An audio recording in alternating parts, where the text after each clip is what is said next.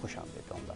ہمارے ساتھ اسٹوڈیوز میں سب سے پہلے تشریف رکھتے ہیں ملک یاسر سکندر اعوان صاحب, PPI صاحب کا تعلق ہے.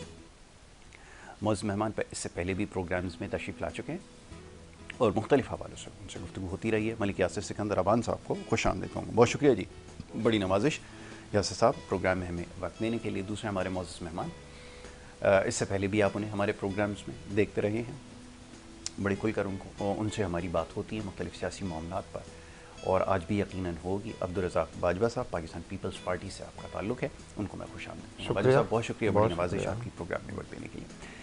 ملک یاسر سکندر اعوان صاحب, معاشی صورتحال کے حوالے سے جیسے بھی ابتدائیہ میں ایک بڑی لمبی تقریر جو ہے وہ کر دی, اور اب خیال یہ ہے کہ یہ جو معیشت کی بگڑتی ہوئی صورتحال ہے, اس کے لیے سب کو سر جوڑ کر بیٹھنا ہوگا. یہ بات ہم سب سمجھتے ہیں, لیکن ہمارا المیہ ایک یہ رہا ہے کہ ہم بحیثیت یہ جو کچھ بھی آپ اس کو کہہ لیجئے, جتنے بھی لوگ یہاں پر رہتے ہیں, یہ شاید ہمارے مزاج میں نہیں ہے.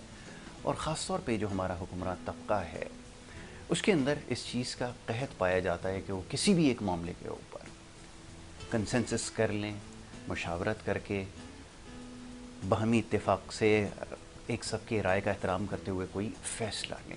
جب یہ مزاج بھی نہ ہو اور یہ ہمارا کلچر بھی نہیں ہے, تو پھر یہ معیشت کی جو صورتحال ہے اس کو کیسے بہتر بنایا جائے گا؟ آپ یہ فرمائیے گا کہ آپ بھی یہ سمجھتے ہیں کہ باہر سے کسی کو امپورٹ کرنا پڑے گا جو لا کے آپ کے معیشت کے معاملات کو درست کر لے, کیونکہ یہ تجربہ بھی کر کے دیکھ لیا گیا ہے اور یہ بڑا بھیانک خواب پاکستانیوں کے لیے بن چکا تھا. یہ ذرا فرمائیے گا جی.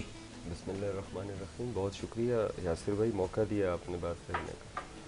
اور آصف بھائی, یاسر بھائی, یقیناً یہ تو کوئی حل نہیں ہے کہ باہر سے ہم کسی کو امپورٹ کریں. پہلے یہ کر کے تجربے دیکھے جا چکے ہیں مختلف ادوار میں, اور اس کے لیے سب سے اہم تو یہ ہے یاسر بھائی کہ ہمارے حکمرانوں کو یہ سوچنا پڑے گا کہ جن کے اوپر وہ حکمرانی کر رہے ہیں وہ ان جیسے ہی انسان ہیں. اگر وہ فیصلہ کر رہے ہیں تو وہ یہ ذہن میں رکھیں کہ یہ 22-23 کروڑ عوام جو ہے, یہ اللہ کریم نے ان کی حکمرانی میں دی ہے اور ان کے ذمہ بڑی ذمہ داری ہے.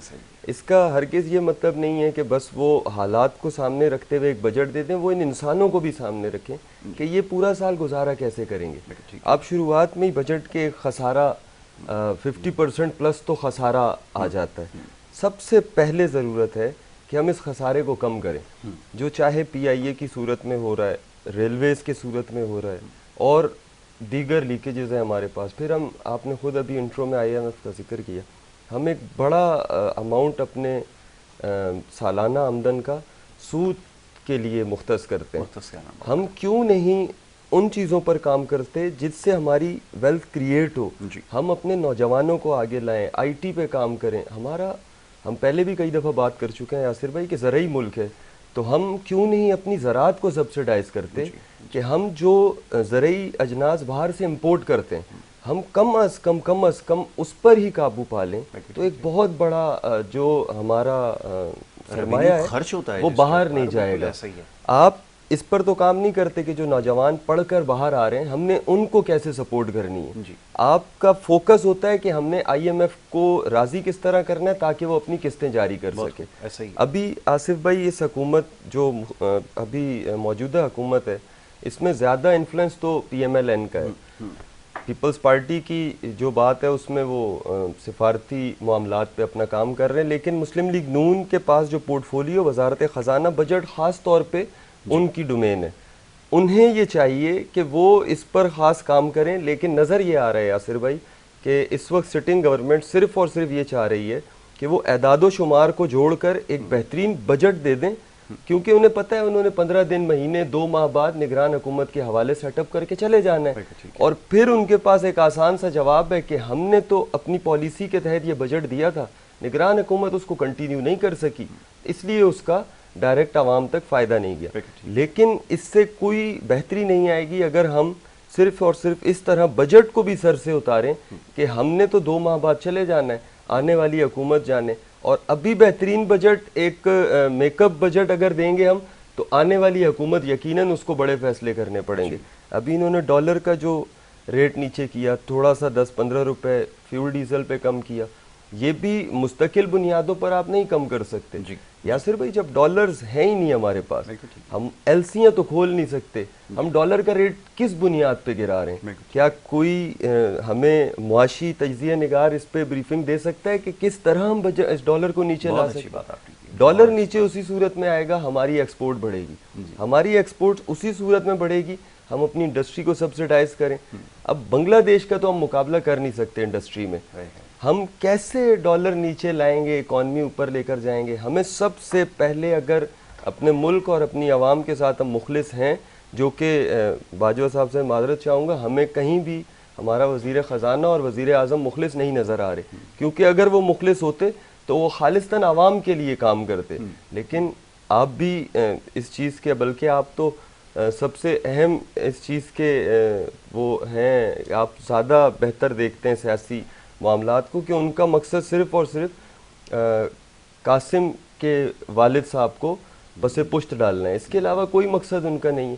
خدارا اگر حکومت چاہتی ہے عوام کو ریلیف دینا, اور اگر حکومت چاہتی ہے آنے والے دنوں میں عوام میں زندہ رہنا, تو انہیں عوام کو ریلیف دینا پڑے گا. نہیں تو ان کے پاس ایک ہی بات ہے کہ نواز شریف کو مسیحا بنایا جائے کہ جی پہلے شہباز شریف تھے اس لیے صحیح نہیں وہ ڈیلیور کر پائے, اب عوام ایک دفعہ پھر مہربانی کرے مہریں شیر پہ لگائے اور نواز شریف صاحب کو لے آئے, 5 سال انہیں ٹرائی کرے کہ شاید وہ کچھ نیچے لے آئیں. تو آپ کے خیال میں یہ جو ساری صورتحال ہے یہ محض اس لیے ہے کہ کسی ایک شخص کو یا فرد واحد کو لانے سے معاملات بہتر ہو جائیں گے, یہ تاثر دینا ہے, اور اس کے بعد پھر جب عام انتخابات کا مرحلہ آئے گا تو خود بخود جو سیاسی پوزیشن ہے وہ مستحکم ہو جائے گی؟ بظاہر یہ گیم نظر آتا ہے, گیم لفظ استعمال کرنا بڑی معذرت چاہوں گا, بظاہر یہ ان کا جو ہے وہ پلان نظر آتا ہے. بہرحال سیاسی جماعتیں ہیں, ہر کوئی اپنے انداز میں سوچتا ہے, اور یہ بھی بڑا کمال ہے کہ ہر دور میں ہونا تو یہ چاہیے کہ جتنی کل سیاست ہے اس کا محور اور مرکز ملک کی بہتری ہونا چاہیے, لیکن افسوس کے ساتھ ایسا نہیں ہونا پڑتا. جیسے ڈالر کے بھی ملک یاسر صاحب نے ابھی تذکرہ کیا, یہ واقعتاً بات درست ہے کہ اس کی کمی کی کیا وجہ ہے. یہ بہت ساری ویسے تو وجوہات ہیں, لیکن ہمیں یہ بات سمجھ میں آتی ہے, اور اس کے اوپر ابھی آگے چل کے گفتگو کرتے ہیں. ذرا باجوہ صاحب کا موقف ہے اس حوالے سے جاننے کی کوشش کرتے ہیں. باجوہ صاحب, بڑا کلیئر میسیج اب دیا جا رہا ہے کہ پنجاب کے اندر جو ہے وہ واپسی ہوگی, اور کارکنان سے یہ بھی اپیل کی جا رہی ہے کہ صبر رکھیں, اور صبر کا جو پھل ہے وہ میٹھا ہوگا. تو اس کا مطلب یہ ہے کہ یہ بظاہر نظر آ رہا ہے کہ اب صورتحال پچھلے 2 انتخابات کے مقابلے میں اب یکسر تبدیل ہو گئی ہے. تو کیا سمجھ میں آ رہا ہے؟ اور پھر وہ انگریزی میں ایک ہمیشہ جملہ سنتے آئے ہیں, وہ لیول پلینگ فیلڈ جو ہے وہ سب کے لیے مقابلہ جو ہے یکساں وہ ہونے چاہیے, مواقع ہونے چاہیے, وہ اب میسر آ گئے ہیں. یہ ذرا فرمائیے گا. جی شکریہ یاسر صاحب.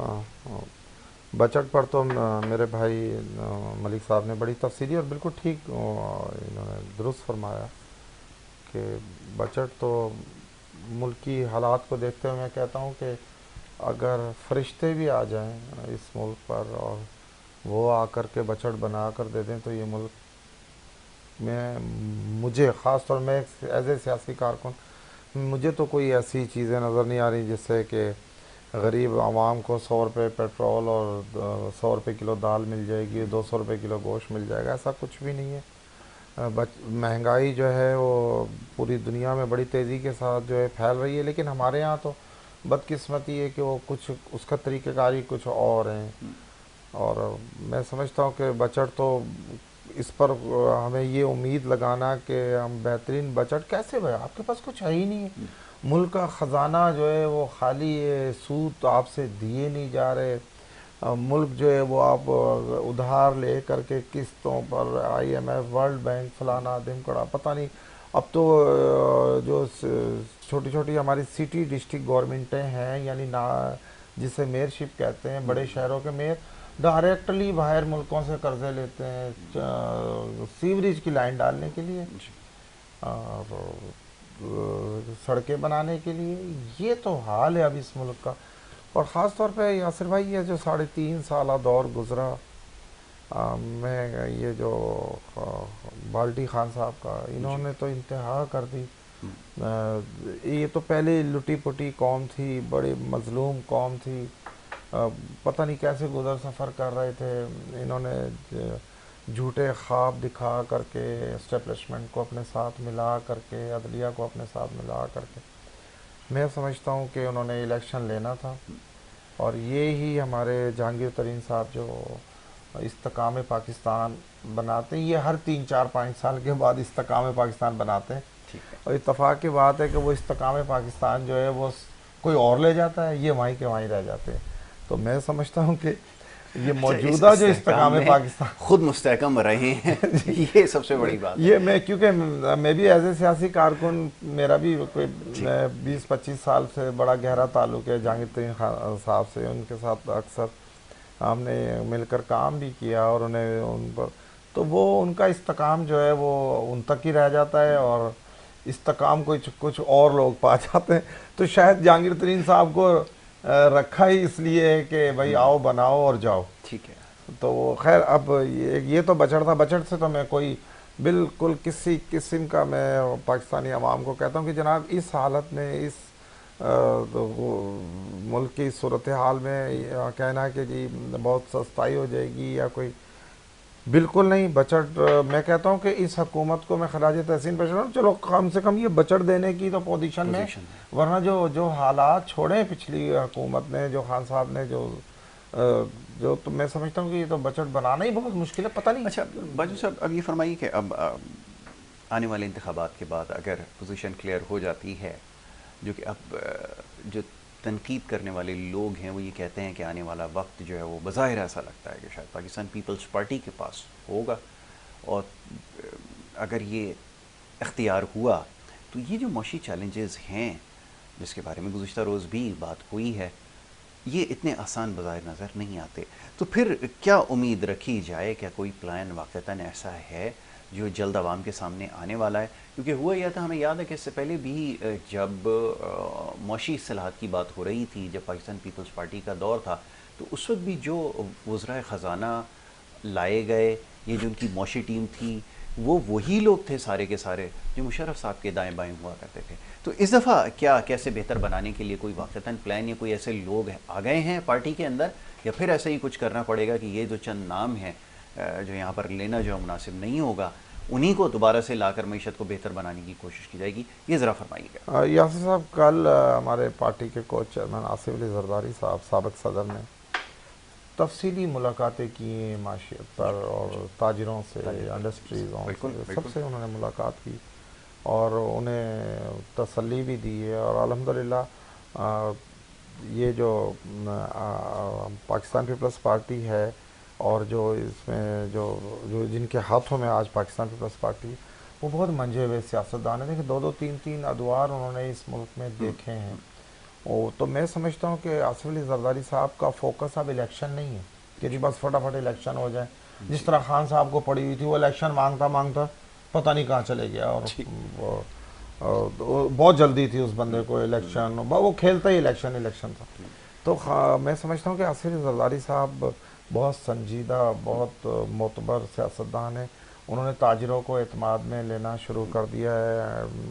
انڈسٹریز کے جو ہمارے ادارے ہیں انہیں بتایا ہے کہ ہمیں 1 پوائنٹ ایجنڈا ہے پاکستان پیپلز پارٹی کا، کہ اللہ سبحان اللہ نے اگر موقع دیا اس ملک کی بھاگ دوڑ کا پاکستان پیپلز پارٹی کو، تو میں سمجھتا ہوں کہ فوکس صرف جو ہے وہ پاکستان اور معیشت ہے اور پاکستان کی عوام ہے. اور اگر اس سے کوئی بھی جماعت، میں سمجھتا پاکستان مسلم لیگ یا پیپلز پارٹی، اب تو 2 ہی جماعتیں ہیں، اور استحکام پاکستان تو ابھی نامولود ہے، وہ تو ابھی دنیا میں آئے نہیں ہے. تو میں سمجھتا ہوں کہ یہ مل کر کے، استحکام پاکستان سے بھی مل کر کے، وہ بھی ہمارے بھائی ہیں، اور اگر انہوں نے اپنا رخ صحیح سمت کر لیا ہے تو فوکس کوئی جو بھی جماعت، چاہے وہ نون لیگ آ جائیں یا ہم لوگ آ جائیں، کیونکہ قبل از وقت کہنا تو مناسب نہیں ہے، لیکن آصف علی زرداری صاحب بہت ہی محنت کر رہے ہیں، اور جا کر پنجاب میں انہوں نے ڈیرے ڈالے ہوئے کنٹینیو.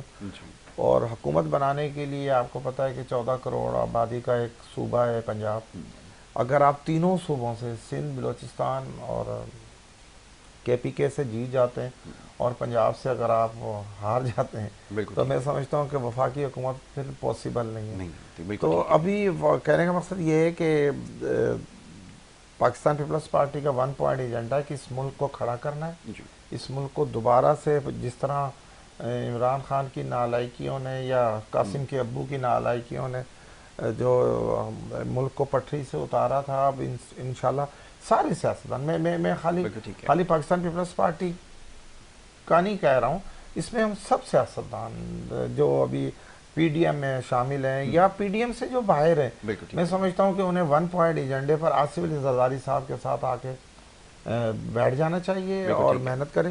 ہمیں ہمارا اور یہ ساری سیاسی جماعتیں جب تک دیکھیں ملک اب ڈیفالٹر یہ تو کر چکے تھے نا، یہ تو قاسم کے ابو تو انہوں نے کہہ رہا تھا کہ شیخ رشید کی مجھے آج بھی وہ بیانات یاد ہیں جب قاسم کے ابو کو اپنے گھر بھیجا جا رہا تھا جہاں سے وہ آئے تھے، تشریف لائے تھے، تو وہ کہتا تھا کہ یہ تو بارودی سرنگیں بچھا گیا ہے قاسم کا ابو، یہ کیسے سفر کریں گے اس روڈ پہ، یہ حکومت کیسے چلائیں گے.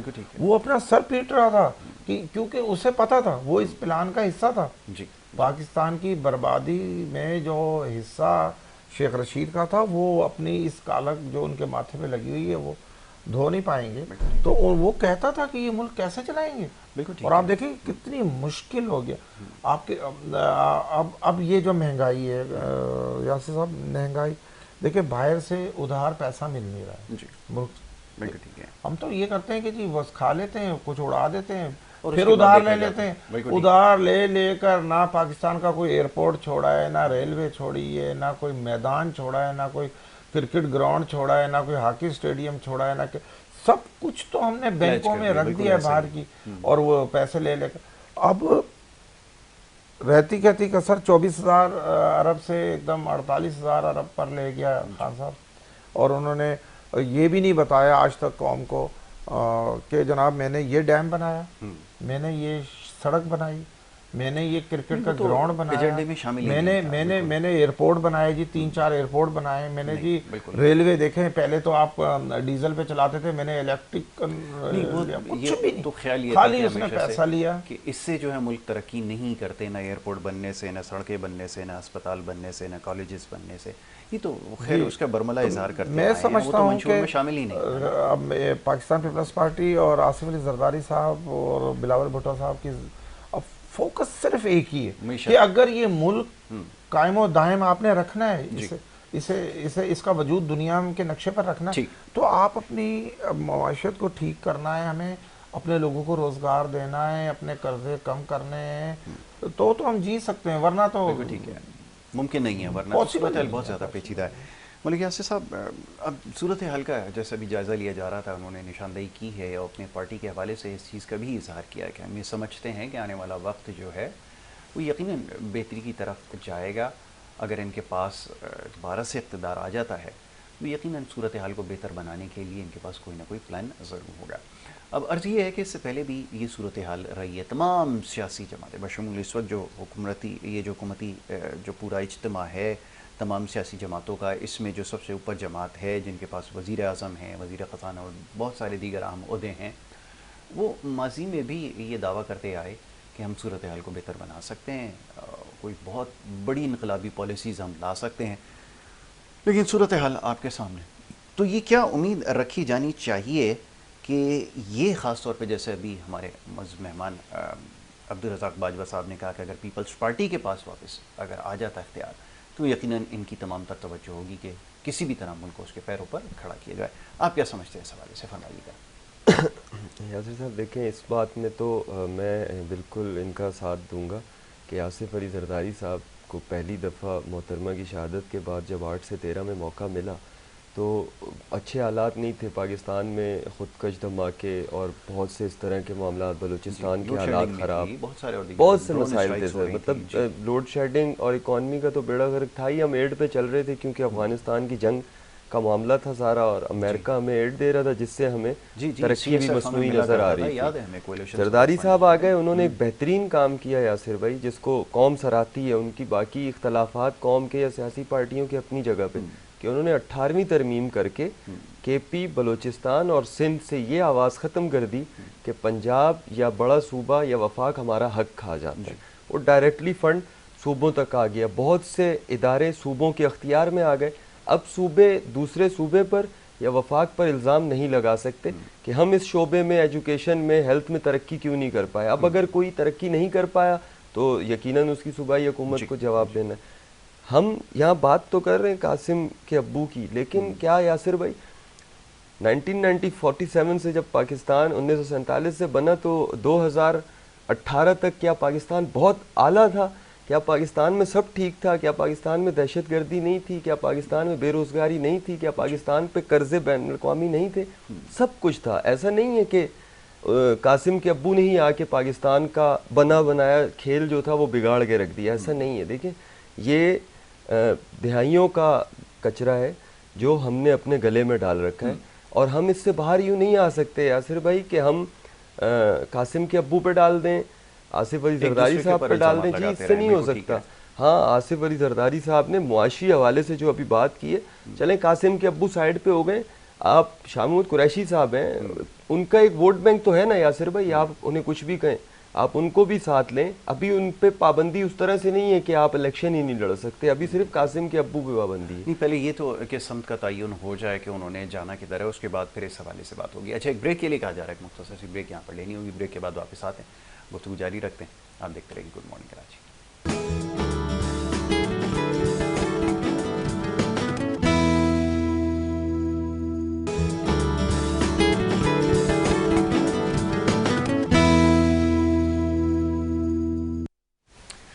پروگرام میں آپ کو ایک دفعہ پھر خوش آمدید کہیں گے. بریک پہ جانے سے پہلے گفتگو کا سلسلہ جاری تھا. معزز مہمان تشریف فرمائیں، اور بریک پہ جانے سے پہلے ان سے گفتگو ہو رہی تھی. ملک یاسر سکندر امان صاحب یہاں تشریف فرمائیں، پی پی آئی جماعت ہے، ان سے آپ کا تعلق ہے. عبدالرزاق باجوہ صاحب پاکستان پیپلز پارٹی سے آپ کا تعلق. کچھ دیر پہلے معاشی صورتحال کے حوالے سے بات ہو رہی تھی. یس صاحب، بریک پہ جانے سے پہلے جیسے ہم اس بات پہ اصرار کر رہے تھے کہ کوئی پلان ایک ضرور ہونا چاہیے، اور آپ نے کہا کہ تجربہ کار لوگوں کی ضرورت ہے. عرض یہ ہے کہ اس سے پہلے بھی تجربے ہوتے رہے، تجربہ کار لوگ بھی آتے رہے، اور آگے بھی وہی آئیں گے جو اس سے پہلے گئے ہیں. یعنی 4 ایک نام ہمارے پاس ہیں جو وزارت خزانہ کے امیدوار ہوں گے، اور یہی امید کی جا رہی ہے کہ وہ واپس آ جائیں گے. تو پھر آپ کیسے مسائل حل کریں گے؟ میں معذرت تو اس کے اوپر نہیں چاہوں گا، ہماری بڑی بدقسمتی ہے یہ کہ جتنے بھی وزیر خزانہ اس سے پہلے رہے ہیں یہ سارے باہر سے یہاں پر لا کر مسلط کیے گئے. اور اس سے بھی بڑا المیہ یہ ہے کہ جو آپ کو شاید کہیں دیکھنے کو نہیں ملے گا کہ سارے کے سارے یہ بینکر سے جن کے ذریعے ان معاملات کو چلانے کی کوشش کی گئی ہے. تو میرا بڑا سخت اختلاف ہے. تو انشاءاللہ جب میں بجٹ کے اوپر یہ پروگرام کروں گا تو ضرور اس کے اوپر گفتگو کریں گے کہ کیوں یہ جو ملک کے اہم معاشی فیصلے ہیں یہ بینکرز کے ذریعے جو ہیں وہ کروائے جا رہے ہیں. جی آپ فرمائیے. جی یاسر بھائی، تجربے تو آپ نے خود بھی فرما دیا کہ 4 ہی لوگ ہیں، انہیں باری باری تمام پارٹیاں اپنے ٹین اوورز میں بجٹ سے پہلے کچھ کو تبدیل کر دیتی ہیں، کچھ کو بجٹ دینے کے بعد تبدیل کر دیتی ہیں. ابھی ہم بات کر رہے تھے کہ جب تک آپ جو لیکیجز ہیں جہاں پر ہم بے وجہ پیسہ ڈال رہے ہیں اور اس سے ہمیں 2 دہائیوں میں کچھ ریٹرن آتا ہوا نہیں نظر آ رہا، بلکہ وہ خسارہ ہی بڑھ رہا ہے. ہمیں ان اداروں کے بارے میں سخت فیصلے کرنے پڑیں گے. یہ ہے سخت ہمیں ابھی جو ہم بات کر رہے تھے کہ زرداری صاحب ابھی معاشی ٹیم سے یا مل رہے ہیں کاروباری شخصیات سے پنجاب میں، تو ہمیں اسی طرح کاروباری شخصیات جو ہمارے پاکستان کی سطح پہ ان سب کے ساتھ تمام سیاسی پارٹیوں کو بیٹھنا چاہیے. ان سے پوچھیں کہ آپ دبئی میں جا کے تو پاکستان سے 3 گنا زیادہ پیسہ انویسٹ کرنے کو ترجیح دیتے ہیں، ٹھیک ہے، آپ اپنے ملک پاکستان میں اس کا آدھا پیسہ انویسٹ کیوں نہیں کرتے؟ وہ آپ کو بتائیں گے کہ آپ سیاستدانوں کی کون کون سی پالیسیاں، حکمرانوں کی کون کون سی پالیسیاں ایسی ہیں جو انہیں سیکیور نہیں کرتی، جس وجہ سے وہ دبئی یا دوسرے مہذب معاشروں میں جا کے انویسٹمنٹ کرتے ہیں. ابھی ہمارے وزیر اعظم یا جو بھی ہمارے حکومتی اہلکار باہر جاتے ہیں اور وہ جب دنیا سے کہتے ہیں کہ آئیں انویسٹمنٹ کریں، تو وہ دنیا کیوں نہیں آج تک ہماری بات مان رہی؟ وہ اس لیے نہیں مان رہی یاسر بھائی کہ وہ یہ دیکھتی ہے کہ پاکستان کا اپنا پاکستانی جس کا بہت بڑا سرمایہ پاکستان سے باہر اس نے انویسٹ کر رکھا ہے. کیوں کر رکھا ہے؟ آپ پہلے خود کو سدھاریے، انویسٹمنٹ خود آ جائے گی. آپ ایک پالیسی بنا لیں کہ اس چیز میں کوئی بھی جماعت آ کر تبدیلی نہیں کر سکتی. آپ سیاسی فیصلے تبدیل کرتے رہیں، گورنر کس کو لگانا ہے، پرائم منسٹر کس کو بنانا ہے، آپ ان چیزوں پہ تو ضرور لڑتے رہیں آپس میں، لیکن ایک معاشی ٹیم ایسی بنائی جائے جو معاشی ایسی پالیسی لے کر آئے کہ اس میں پھر کوئی بھی آنے والی حکومت کم از کم 10 سال کی وہ پالیسی ہو. اب اگر اس میں تبدیلی کرنی بھی ہے تو وہ اسمبلی میں بحث کے بعد تبدیلی ہوگی. ممکن ہو پائے گا، کیونکہ خیال یہ کہ یہ جیسے بھی آپ نے اداروں کی بات کی ہے، یہ جتنے بھی ادارے ہیں ان کے اندر باقاعدہ ان کی سیاست چلتی ہے، یونینز بنی ہوئی ہیں، ادھر انتخابات ہوتے ہیں، یہاں کا ووٹ بینک ہے، اور پھر یہی لوگ یہ جلسوں کے اندر پہلے زمانے میں ہوتا تھا. اب تو خیر آپ کو اچھا سا میوزیکل پروگرام کریں تو لوگ خود ہی آ جاتے ہیں، ورنہ پہلے زمانے میں یہ ہوتا تھا کہ یہ جو جتنی بھی یہ تنظیمیں ہوتی تھیں، لیبر یونینز ہوتی تھیں، یہ بندے لے کر آتی تھیں، یہ ٹرکوں میں بھر کر لوگ آتے تھے، تو سیاسی پارٹیوں کو ان کو فیسیلیٹیٹ کرنا پڑتا تھا، ان کو نوکریاں ان کے بچوں کو دلوانی پڑتی تھی، مامے چاچے کے لڑکوں کو ادھر لگانا پڑتا تھا. تو یہ تو سیاست کا طریقہ کار تھا، اور آج بھی صورتحال وہی ہے، کیونکہ یہ تو ابھی بھی سارے لوگ موجود ہیں، اور یہی وہ جو کہتے ہیں نا اسٹرینتھ ہے ہماری، تو یہ اسٹرینتھ یہاں پہ لائے کرتی ہے. تو یہ تو مشکل فیصلہ نہیں کر سکیں گے چاہے کوئی بھی ہو. تو یہ کیسے ممکن ہو؟ یاسر بھائی، اگر ہم پی آئی اے، ریلوے یا ان وفاقی اداروں کو دیکھ لیں نا جو خسارے میں، تو وہ خسارے میں اس لیے نہیں ہے کہ ان کے امپلائز کی تنخواہوں کا بوجھ ہے اس ادارے پہ. اس ادارے کی جو خسارہ ہے اس میں اگر ان کے ملازمین یا پینشنرز کی تنخواہوں کا یا ان کی مراعات کو آپ دیکھیں گے تو وہ 10% بھی اس خسارے کا نہیں ہے. اس کا خسارہ 90% وہ ہے جو ہماری صحیح پالیسی نہ ہونے کی وجہ سے لیزنگ پر پارٹس خریدنے سے لے کر کے لیز ادا کرنا جہازوں کی، یا ہمارے ٹرمینلز کو کس طرح سے ہم نے ہینڈل کرنا ہے، کس طرح سے ہم نے ان سے بزنس کرنا ہے، وہاں پر لیکیجز ہے. ہم ان کے ملازمین کے اس حق میں نہیں ہے کہ ان کو نکال باہر کیا جائے اور ان اداروں کو کسی بھی بزنس مین کو دے دیا جائے، نہیں، ہرگز نہیں، ہم اس بات کے قائل نہیں ہیں. ہم یہ کہتے ہیں کہ جو 90% ان تنخواہوں کے علاوہ کا خسارہ ہے آپ اس پہ پالیسی بنائیے. نہیں، لیکن یہ بھی آپ نے کہا کہ اس کو اگر نیچکاری اگر اس کی نہ کی جائے تو حکومت خود یہ سارے معاملات چلائے، کیونکہ ہم نے مشاہدے میں یہ آیا ہے کہ اب یہ جو پوری دنیا کے اندر جب ہم بڑی اکانومیز دیکھتے ہیں نا، وہاں پہ جتنی ان کی سرکاری ایئر لائنس تھیں اب وہ پارٹنرشپ کے تحت جو نجی ادارے ان کے پاس چلی گئی، اور پھر جب نجی ادارے کے پاس جاتی ہے، اس شعبے کے پاس جائے گی، تو وہ اس کے اوپر سب سے پہلے اس چیز کو یقینی بنائے گا کہ ادارہ نقصان میں نہ جائے اور اپنے غیر ضروری اخراجات کو کم کیا جائے، جو کہ حکومت میں رہتے ہوئے مشکل بلکہ ناممکن ہے کہ آپ ان تمام چیزوں کو کنٹرول کر سکیں. دوسری طرف یہ کہ حکومت کے لیے سب سے بڑا مسئلہ ہی ہمیشہ سے مینجمنٹ کا رہا ہے کہ انتظامی معاملات کو کیسے چلائیں.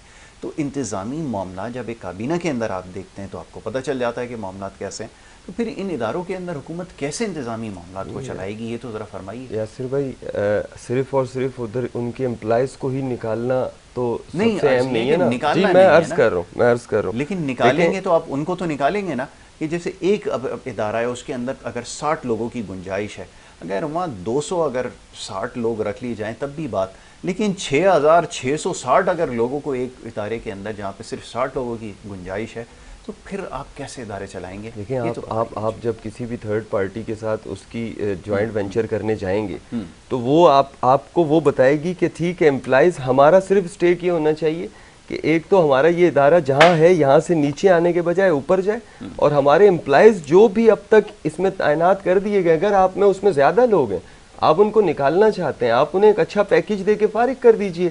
لیکن سر، گولڈن ہینڈ شیک انہوں نے بہت سے مختلف اداروں میں دیے، زرعی ترقیاتی بینک میں دیے، اسٹیٹ بینک میں دیے، پی ٹی سی ایل میں دیے. وہی کام آپ پی آئی اے کے ساتھ کر سکتے ہیں اور تھرڈ پارٹی کو دے سکتے ہیں.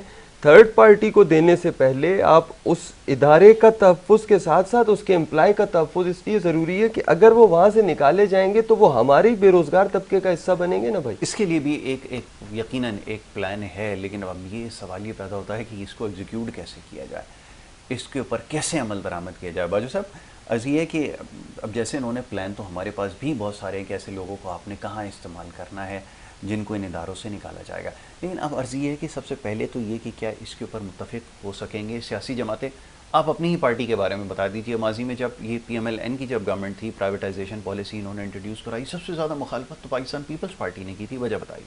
دیکھیں جی، پاکستان پیپلز پارٹی کا تو ہمارا جو منشور تھا، بھٹو صاحب نے جس پر اس کی بنیاد رکھی، وہ تو روٹی اور کپڑا مکان جی، جو ہے یہ ہر پاکستانی کا حق بھی ہے. اور پاکستان پیپلز پارٹی اپنے جتنے بھی ادوار آئے ہیں ہمارے اقتدار کے، اس میں ہم نے دینے کی بھرپور کوشش کی.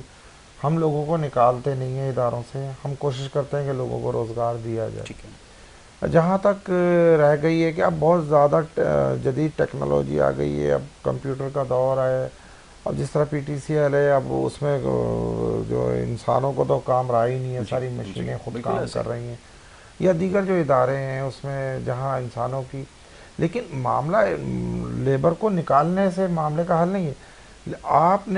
آپ نے نئے روزگار پیدا کرنے ہیں، آپ نے اپنے اداروں میں مزید ان کو مستحکم کرنے کے لیے، مضبوط کرنے کے لیے.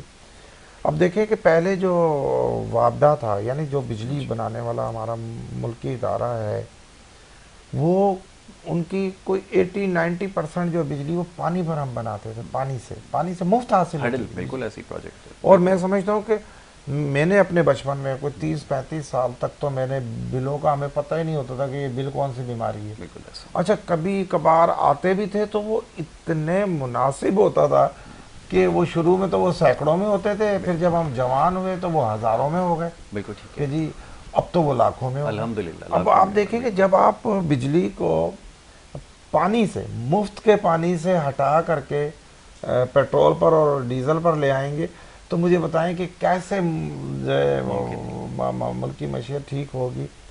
بڑا ظلم. اب دیکھیں کہ الیکٹرک کو جس طرح انہوں نے پرائیویٹ کیا مشرف صاحب نے اپنے دور میں، اور کہا کہ اس میں بہتری لائی جائے گی. انہوں نے شاید بہتری بھی لائے بھی ہوں گے، میں یہ نہیں کہہ رہا کہ وہ نہیں، لیکن سارا پیتل تانبا لویا تو وہ لے گئے. اب سارا ملک شہر پلاسٹک کے سر پر اور رہ گیا ہے، اور بلنگ ان کی اپنی مرضی ہے. یعنی اتنا افسوس ہے. میں تو کراچی کی شہریوں کے ساتھ، میں خود بھی ایک شہری ہوں، اس ظلم کا میں خود بھی شکار ہوں. آپ کسی بھی کے الیکٹرک کے دفتر میں چلے جائیں اپنا بل لے کر کے، کوئی سنائی نہیں ہے. آپ کوئی وہ آپ کی سفارش نہیں مانتے. آپ انہیں دھمکی دیں کہ جی میں کیس کروں گا، کہتے کر لیں، 200 وکیل ہے ہمارے پاس. بالکل صحیح ہے. ٹھیک اور ہے جو جی. پہلے سے جو اور کیسز اگر آپ بل نہیں بھرتے ہیں تو وہ آپ کی نہ صرف بجلی کاٹتے ہیں بلکہ وہ آپ مختلف، اب تو FIR بھی شاید وہ انہیں ایک اور فیسلٹی بھی دے دی گئی ہے. میں یہ کہتا ہوں کہ دیکھیں جی، آپ بجلی سے پیٹرول پر ایک چیز کو لے آئیں. ہم نے تو ساری زندگی یہ دیکھا کہ جی ڈیموں سے بجلی بنتی ہے، دریاؤں سے بجلی بنتی ہے، اور وہ بجلی پتہ نہیں کہاں گئی، وہ بنانے والے کہاں گئے. ترقی بہت زیادہ ہو گئی. اب تو سورج کی روشنی سے، اور اب تو سولر آ گیا ہے. جی آ گیا. تو میں سمجھتا ہوں کہ لیبر کو نہیں نکالنا چاہیے، لیبر کو دیگر مواقع دینے چاہیے انہیں. یار وہ دیکھیں لیبر بھی، وہ لیبر ہی تو ہے پاکستان میں. آپ سمجھتے ہیں کہ نئے مواقع فراہم کریں گے تو روزگار کے لیے ہوگا، اور یہ بات بالکل درست ہے. لیکن اب مسئلہ ہمیشہ سے یہ رہا ہے کہ سمجھانا بڑا مشکل رہا کسی بھی حکومت میں، خاص طور پر پاکستان پیپلز پارٹی کی جب حکومت تھی. ہمارے دوست جو سارے حکومت میں تھے اس وقت، ہم ان کو یہ بات سمجھایا کرتے تھے کہ روزگار دینے کا مقصد قطعی یہ نہیں ہوتا کہ آپ سرکاری ادارے میں لوگوں کو بھرتی کرنا شروع کریں. جہاں پہلے سے بہت زیادہ لوگ موجود ہیں، جیسے میں نے عرض کیا، اس کے اندر مزید اگر 20-30 بندوں کو ایک ادارہ بیٹھ جائے گا، اور ایسا ہی ہوا. اب ہونا یہ چاہیے، یا پوری دنیا میں جو ہوتا ہے، جو مہذب معاشرے ہیں جس سے ہم بہت دور ہیں، وہاں پر یہ ہوتا ہے کہ جو نجی شعبہ ہوتا ہے اس کو ترقی دی جاتی ہے، ان کے لیے مواقع پیدا کیے جاتے ہیں، آسانیاں پیدا دی جاتی ہے. بالکل ایسا ہی ہے کہ جیسے ابھی مجھے یاد ہے کہ یہ جو پچھلی حکومت گئی تھی، بہت سارے لوگوں کو علم نہیں ہے، لیکن کیونکہ ہم ان میٹنگز میں ان تمام چیزوں کا حصہ رہے، جو اپنی آنکھوں سے دیکھا، تو وہ جو وزیر خزانہ تھا جن کو کہا یہ گیا تھا کہ یہ ایسے چٹکیوں میں پاکستان کے مسائل حل کر دیں گے، اور 6 مہینے میں خود بے روزگار ہو گئے تھے. اب وہ جب یہ تاجر اور ان لوگوں سے تنظیموں سے ملا کرتے تو کسی کو چور کہہ کے بلاتے تھے ایک میٹنگ میں، تو یہ تک ہم نے دیکھا کہ آتے ہی ان سب کو کہا کہ ہاں بھائی چورو کیا حال ہے تمہارا، یہ ہم نے دیکھا. تو بہرحال اب اس طرح کے لوگ جب آئیں گے تو پھر نتیجہ یہی نکلے گا. اب یہ تو ہم دیکھنے والوں کی ذرا نظر کر دوں، جو لوگ یہ کہتے ہیں کہ جی بڑے اچھے تھے، ایماندار تھے، فلانا، یہ جو فیصلے کیے گئے تھے نا، یہ جو بہت بڑا بلنڈر ہوا ان کو لا کر جو کیا گیا، اس کے جو کانسیکوینسز ہیں نا، اس کو یہ سمجھ لیجئے کہ جو اس کے نقصانات ہیں وہ یہ 1.5 سال 2 سال نہیں ہماری آنے والی نسلیں یہ آنے والی نسلوں تک نظر آئیں گی. وہ بچوں کے اندر جو ان کی ذہن سازی کی ہے، جو زہر بھرا گیا ہے، اب یہ بچے جب بڑے ہوں گے جن کی سوچ میں یہ چیز شامل کر دی گئی ہے کہ اپنے جتنے بھی سیاسی مخالف ہیں ان کو آپ نے چور، ڈاکو اور یہ کہنا ہے، تو جب یہ بڑے ہوں گے آگے چل کے تو پھر آپ دیکھیے گا کہ اس کا نتیجہ کیا نکلے گا. تو یہ اب ہوا ہے. یاسر بھائی، اب یہ تو ایک چیز کی میں نے نشاندہی کی، اور بہت سارے معاملات ایسے ہیں جو شاید عام پاکستانی نہیں جانتے، اور خاص طور پہ جو معاشی فیصلے ہیں جو جس قسم کے لیے گئے، اور اتنی بھیانک غلطیاں ہوتی رہیں کہ بار بار یہ کہتے رہے کہ ان غلطیوں سے آپ اس کے اوپر نہ کریں کیونکہ اس کے بڑے سنگین نتائج نکلیں گے، اور اسی صرف سال اور 1.5 سال کے لیے نہیں ہوں گے. یہ آپ کی اگلی حکومت تک یہ نہیں برقرار رہیں گے، بلکہ یہ آنے والی نسلیں اس کو بھگتتی رہیں گی. وہ بھیانک غلطیاں کی گئی ہیں. کیا کیا جائے؟ یہ جو تجربے کیے جاتے ہیں اب تو خیر بیٹھ کے وہ خود بھی سوچنے پہ مجبور ہیں لوگ جنہوں نے تجربے کیے تھے. کیا اس کا نتیجہ نکلے گا؟ یہ تو ذرا فرمائیے، کیونکہ اگر یہ ٹھیک کرنے جائیں جیسے یہ دو پارٹیاں ہیں، لوگ ان سے بھی زیادہ اس لیے نالاں ہیں کیونکہ ان کو پہلے بے پناہ مواقع ملے لیکن ڈیلیور نہیں کر سکے. فرمائیے گا. لیکن یاسر بھائی یہ تو واضح ہے کہ ایسا نہیں ہے ہمارے ملک میں یا ہمارے لوگوں میں صلاحیت نہیں ہے. ایران ہمارے دوست بھائی یہاں سے زیارتوں کے لیے جاتے ہیں، وہ جب واپس آتے ہیں تو وہ تعریف کرتے ہیں کہ یار ہمیں اکانومی کا اس لیے نہیں پتہ کہ ہم ان کے اس نظام کا حصہ نہیں ہیں. ہر قسم کی اقتصادی پابندی اس ملک کے اوپر لگی ہوئی ہے، معاشی پالیسی وہ نہیں بنا سکتا. اچھا یاسر بھائی، اب وہ یہ آ کے ضرور کہتے ہیں کہ بھائی وہاں پر اسٹرکچر ٹھیک ہے، وہاں پر کوئی بھی شخص اپنی ریاست کے خلاف نہیں ہے. کیوں نہیں ہے؟ کیونکہ اس کو ریاست نے بنیادی تمام ضرورتوں تک رسائی دے رکھی ہے. اسی طرح ہم بڑے ملک کو ترقی یافتہ کی طرف تو جائیں ہی نہ. میں نے ایران کا اس لیے ذکر کیا، آپ نے خود وضاحت کر دی کہ وہ بہت زیادہ پابندیوں میں ہے. اس کا مطلب واضح ہے یاسر بھائی کہ ایران سے کئی گنا زیادہ ذخائر ہیں اس پاک سرزمین میں جو کلمے کے نام پہ بنائی گئی، زراعت سے لے کر معدنیات تک. پھر ہمارے لوگ، ایسا نہیں ہے کہ ہمارے لوگوں میں صلاحیت نہیں ہے. آپ خود بہتر جانتے ہیں کہ دنیا میں آپ کو ریسرچ میں ملتا ہوگا کہ فلاں ملک میں ہیلتھ سے ریلیٹڈ یہ بہترین آدمی پاکستان سے ہی ایکسپورٹ ہوا ہوا ہے، یہ آئی ٹی کا بہترین آدمی پاکستان سے ایکسپورٹ ہوا ہوا ہے. تو مسئلہ صرف اور صرف ہمارے پاس پالیسی کا ہے. ہمارے پاس اچھی پالیسی بنائے. آپ تجربے نہ کریں نا جی. کبھی آپ قاسم کے ابو، کبھی آپ کوئی، کبھی آپ کوئی. میں مان لیتا ہوں کہ یہ تجربہ ناکام ہوا. میں کچھ دیر کے لیے، جبکہ میں اس پہ بہت سا اختلاف رکھتا ہوں، لیکن میں کچھ دیر کے لیے مان لیتا ہوں کہ قاسم کے ابو جیسے تجربات پہلے کیے گئے جس نے ملک کو نقصان پہنچایا. کون کہتا ہے آپ کو ایسے تجربات کریں؟ عوام تو آپ سے کہتی ہے آپ ہمارے لیے بہتر سوچیں، آپ ہمارے بچوں کے مستقبل کے لیے بہتر سوچیں. آپ کیوں اس کو لاؤ، اس کو ہٹاؤ، اس نے یہ کہہ دیا ہے تو اس کو کھڈے لائن لگا دو. کب تک ہم اس طرح چلتے رہیں گے یاسر بھائی؟ بالکل ٹھیک ہے. یہ بڑا عام سوال ہے اور اس کے اوپر ضرور گفتگو کی جائے گی، لیکن اب یہاں پر وقت کیونکہ میرے پاس جو ہے وہ بالکل ختم ہو گیا. پہلے سیگمنٹ کا ایک بریک کی طرف جانا ہے. میں بڑا شکر گزار ہوں دونوں معزز مہمانوں کا، صبح کے وقت اسٹوڈیوز میں تشریف لائے اور بڑی کھل کر گفتگو کی. ملک یاسر سکندر امان اور جناب عبدالرزاق باجوہ صاحب. یقیناً بڑی سخت باتیں ہیں لیکن یہ سمجھنا بے حد ضروری ہے. بریک کی طرف جا رہے ہیں، بریک کے بعد دوسرا سیگمنٹ جو ہے جاری رہے گا. آپ دیکھتے رہیے. Good morning Karachi.